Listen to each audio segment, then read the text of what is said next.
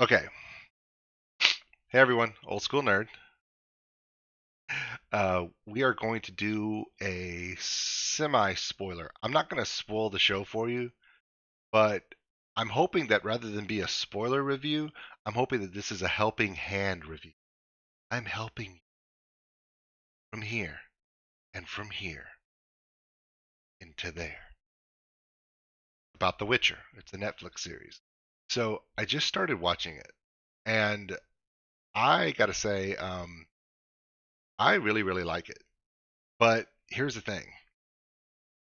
Now, for those of you who do not know what The Witcher is, The Witcher is a series of books from Poland. A Polish author wrote these books quite a while, quite a ways back. Uh, bestseller lists, large cult following. And then someone said, you know what, we could make a video game out of it. Not only have they made a video game, they've made three, and they're pretty good. I see a lot of people streaming them um, on Twitch and on Mixer and on YouTube. So the game looks very good and it looks really well done. So that's awesome. But Netflix, in its infinite wisdom of taking everything ever created and sticking it on their service, has created um, a series called The Witcher, um, based mainly on the books, not the video games. Now, there are some minor plot lines and minor character portions that are from the video game, but it's mainly based upon the books.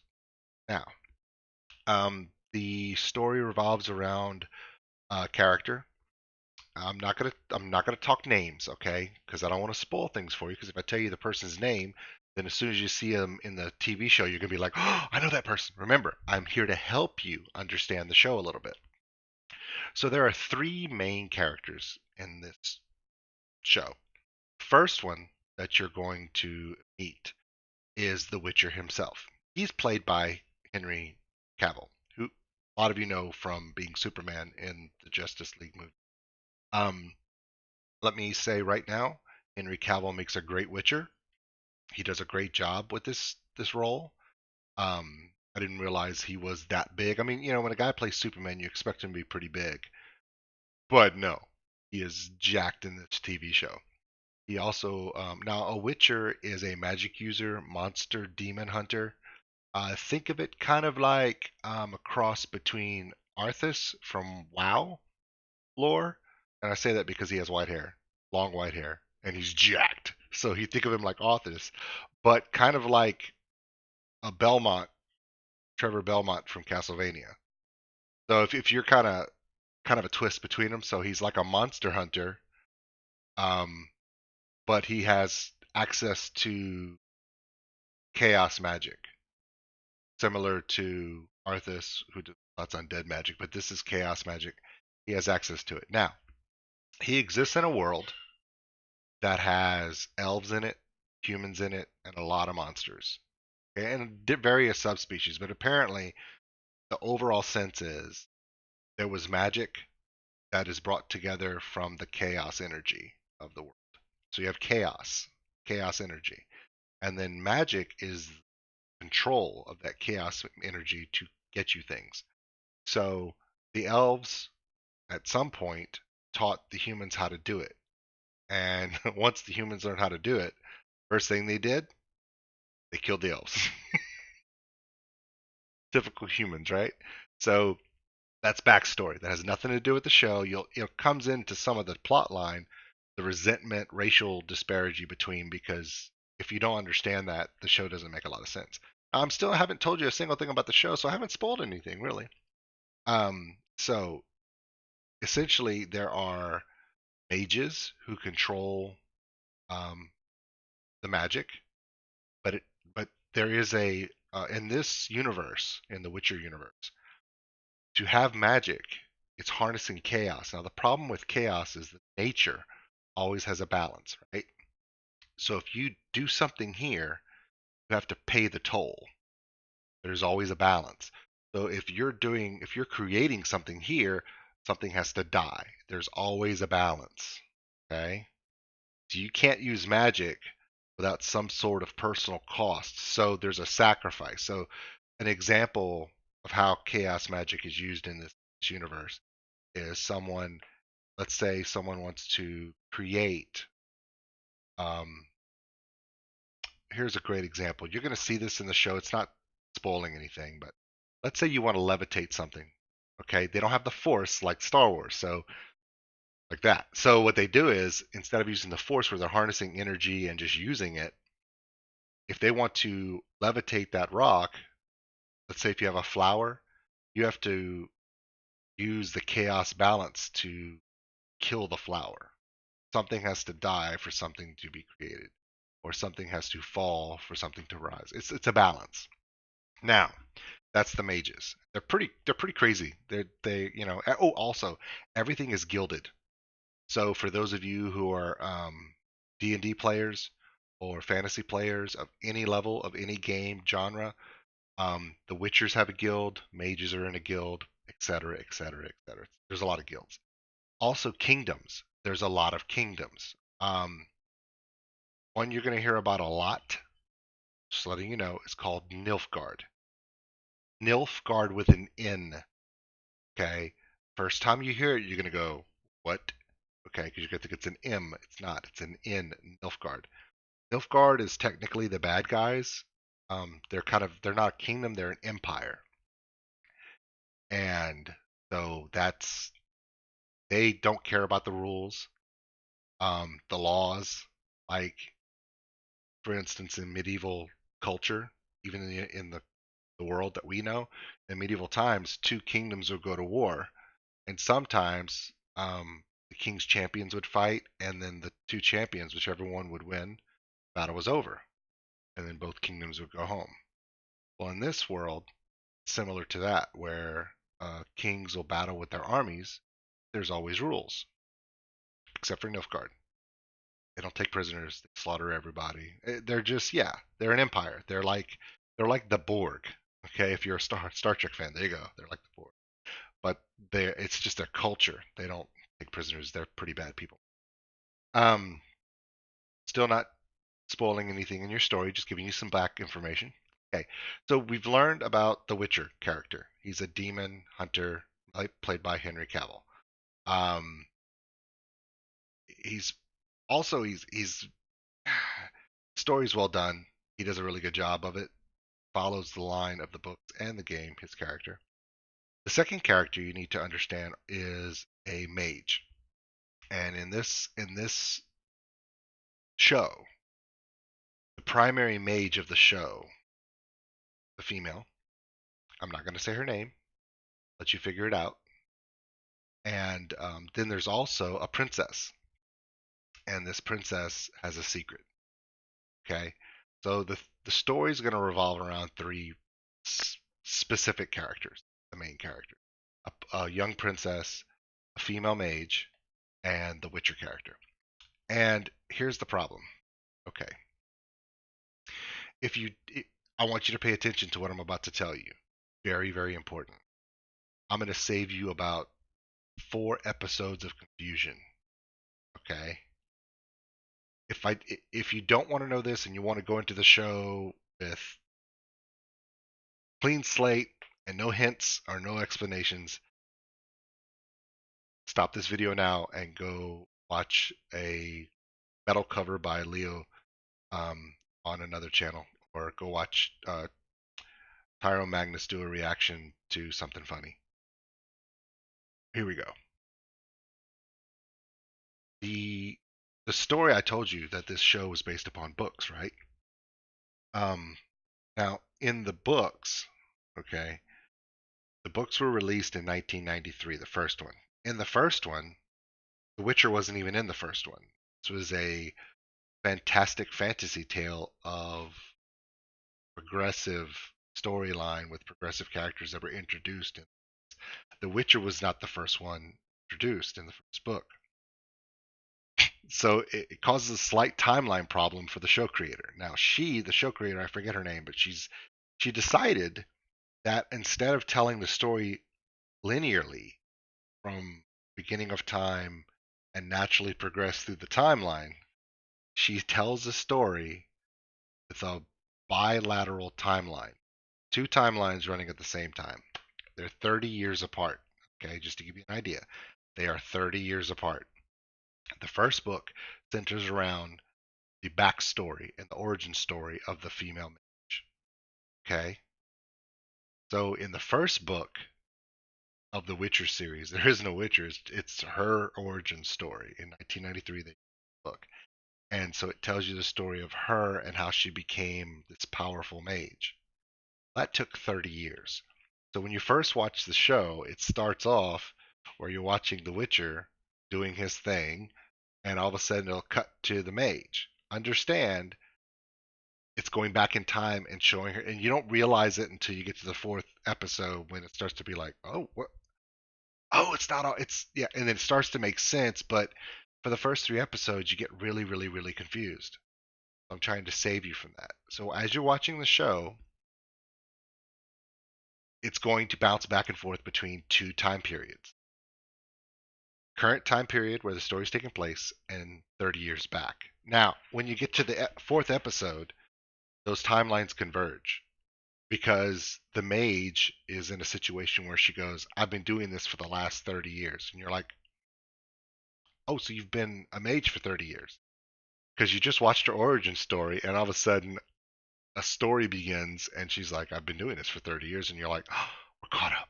And then everyone's on the same timeline, like, yay! So, like for instance, there's a part in one of the episodes where the mage is going through like a graduation ceremony when she finally graduates mage school, and there's a party, and at the party are two kids, right? A prince and a princess, who are currently in that same episode 30 years later, and it's one of the problems or solutions or scenarios that the Witcher's dealing with in that episode. So you're like, oh, that's them, and yeah. So and that's when you realize it's two different timelines. So make sure you understand that not everything is going to make sense at first. Just pay attention to the character development, pay attention to who they are, their struggles, their story, and then realize they're all going to come together in later episodes. Um, so the princess, okay, it's weird. Okay, here we go. So you have two different timelines going on. The Witcher is in both of them, and the princess's backstory, like her parents and grandparents and stuff, are 30 years ago. So when you're telling a story in two time periods, it just kind of moves together, and then this one's going to catch up all of a sudden, and everyone's going to be in the same one. That sounds a little confusing, and it is. But for the fans of the books, there's no way to tell the story of The Witcher without telling the story of how the mage became who she is. If you don't do that, her character is hollow. So it was a risk to do this to make sure that you see, because if you tell the entire backstory of the mage, you're going to spend two whole episodes of a show called The Witcher with no Witcher. So she took a chance by telling the story two timelines. Now, to make sure that it becomes very Netflix ish, to make it complicated and daring, and with levels for those that love like a good um, twist thriller. There is no 30 years ago and present day tags on the bottom of the screen. You just have to know, okay, this mage, when she's like this is obviously in the past. If we're talking about the princess's grandparents and you're talking to them on the screen, probably in the past. That's the only way you're going to know that you talking about the previous 30 years previous or the current timeline. I know that sounds really weird, but once you get to a certain episode, it's really kind of cool to see it like that. So it's cool. Okay. The next part about my review of this show is I really, really, really like the show. However, I'm already seeing online there's a lot of people that are bashing it because they're saying, oh, this show steals from Game of Thrones. Okay. And, okay, well, whatever. I'm going to share some information with you. And if you don't believe me, Google it. Okay. Witcher came first. I know the show's just now coming out, but the Witcher series came out a full 2 years before George R. R. Martin published Game of Thrones. So the books of The Witcher, this story was before George R. R. Martin. And let's be honest, if The Witcher came out in 93 and Game of Thrones came out in 96, does it really matter? Because both these shows are stealing from, oh God, Tolkien, who wrote The Hobbit in 1937 and The Lord of the Rings in 1954. So everyone steals from J.R.R. Tolkien because he was the first real fantasy writer, other than, uh, very few fantasy writers other than Aristotle and Homer's Odyssey and stuff, from the Greek mythology. But as far as modern day, what we know as fantasy fiction, it's Tolkien started it, and everyone has their adaptation. So this Polish author wrote his story of The Witcher, and George R. R. Martin. There, look, when you're dealing with fantasy, I understand it. Every fantasy story, I don't care who writes it, I don't care what medium it uses, whether it be movie, TV, streaming services, doesn't matter. To be within the fantasy realm, certain things are going to be alike. Okay? One thing, okay, this show is not for kids. Okay? I'm letting you know now. There's ridiculous, gratuitous nudity, similar to the Game of Thrones. The violence is a level higher than Game of Thrones. I'm not kidding. Um, when you see sword battles in Game of Thrones, they're very epic. They're very layered, you know. They're very posy, kind of movie-ish kind of swordplay, where it's kind of like a. Let me put it like this: it's kind of like 1977 Star Wars: A New Hope, Alec Guinness and Darth Vader in a suit that he couldn't see out of, swinging sticks at each other. It's very posy and very elaborate dancing type fighting. Witcher's not like that. Witcher is just back alley street fighting. Okay, if Game of Thrones would be boxing, okay, um, The Witcher would be MMA. The fight scenes in like the first episode, you're like, holy crud! There is no rare. I don't. I think I've seen somebody get stabbed in the chest maybe once. Most of the time, their throats are being flopped out, half their face is being chopped off, or so. It's very it's he's a great sword fighter, but he doesn't always stick it right in the middle of the heart. Sometimes he hacks off part of an arm, or he like it cuts off somebody's beard face off or something. It's just because it's very organic. It's very how do we say it? It's very natural because it's very chaotic, like a real battle would be. It's not always perfectly filmed, and it's always kind of yeah. So the fight scenes are pretty impressive. The use of magic, I really like the way they use magic in this one. It's not freely usable. Like Harry Potter, you can do anything you want. In this show, even the great mages are limited by what they can do based upon what they what how hard they can control the chaos energy around them.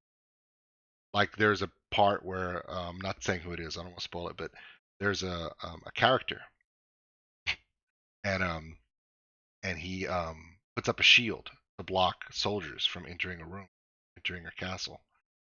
And another character asks him, "How long will that hold?" And he says, "As long as I can hold." And he's sitting there holding it up. If he physically stops, the shield comes down. So their magic is much more physically to their own endurance based, mentally, and so it's more closer to a Gandalf in Lord of the Rings type versus a Harry Potter where you just do magic, wave a wand, no problem. No, this is more of a give and take. So um, overall, the show is very good. Um, I do have one pullback from it that I and this if you're gonna have a problem with something, this is the problem you want to have. It's the same problem I had with the Netflix series Castlevania. There's only 8 episodes in the first season, and by the time you really get into the groove of the story and the characters and their development, they're all getting together. It's into season one. and then you have to wait for season two, and that's not good. So that's my only drawback is that it's so good you don't want it to end. Not too bad. Is it bingeable? It's very bingeable because it's only 8 episodes, but it's going to leave you wanting more. Um, so we have a rating scale, and for The Witcher, I have decided to give this show. Hey Sanzu, we're just talking about The Witcher. Um, I'm giving a review of it.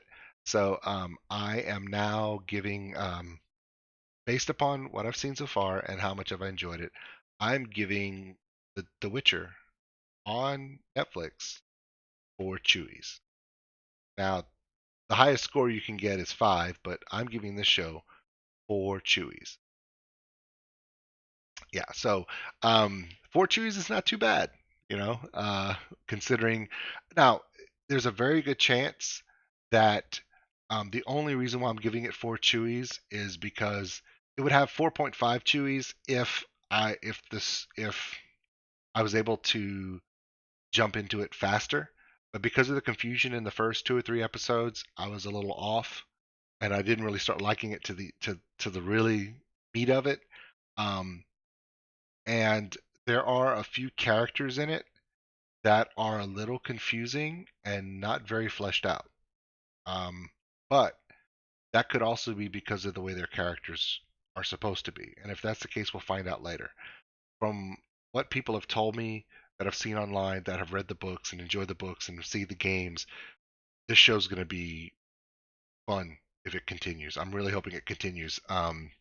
So as I said, giving it giving it 4 Chewies, which is a good score considering it's out of 5. And we're awesome, very excited about 4 Chewies for that. So that was for The Witcher. So that's our review of The Witcher.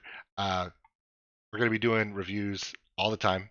We're going to try to do as many as I can. We're going to review music, review videos, movies, TV, and of course, books.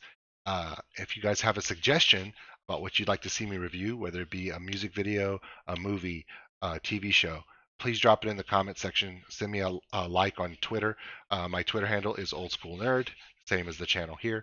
And let me know, or in the comments. So that's how we're going to do that. And so now we're going to go back to our Twitch streaming. We'll talk to everybody later.